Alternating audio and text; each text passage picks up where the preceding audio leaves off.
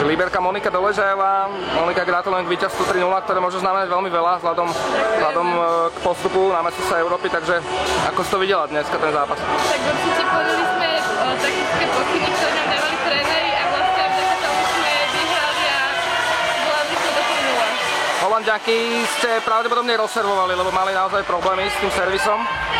Takže... Určite, alebo čo podávali ostatné, tak to bolo veľa ťažšie, ale tak našťastie sme to dostali a aby to zvládli.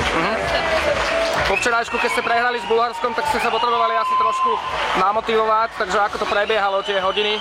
Určite treba pred zajtrajším zápasom treba aspoň niečo nás nakopnúť, aj to včera bol oveľa ťažší zápas a myslím, že sme to ustali dobre a zvládli sme to. A ste si nejako spolu sadli, alebo ste sa rozprávali medzi sebou, že... Po včerajšom zápase sme boli malé telocvične a tam mi tréner povedal, že máme zabudnúť na všetko, čo sa stalo včera a vlastne nejako sme to zvládli a sme šťastné, že sme to zvládli. Jasné. Tvoj tatko patrí k lídrom fanúšikov na tribúne, takže aj ho stíhaš očkom sledovať, alebo vnímaš to?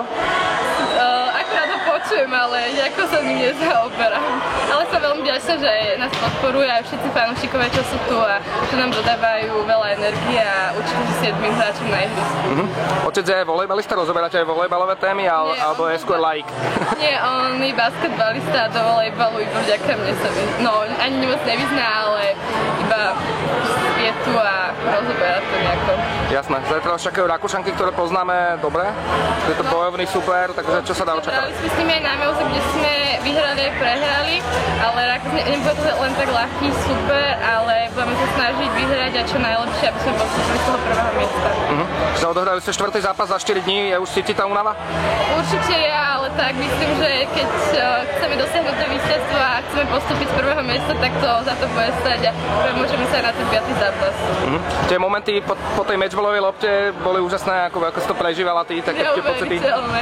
Tak je to niečo úžasné a vďaka tomuto hlavne si myslím, že stoja tie momenty, pre ktoré dreme každý deň a je to neuveriteľné, ale nedá sa to len tak opísať. Okay.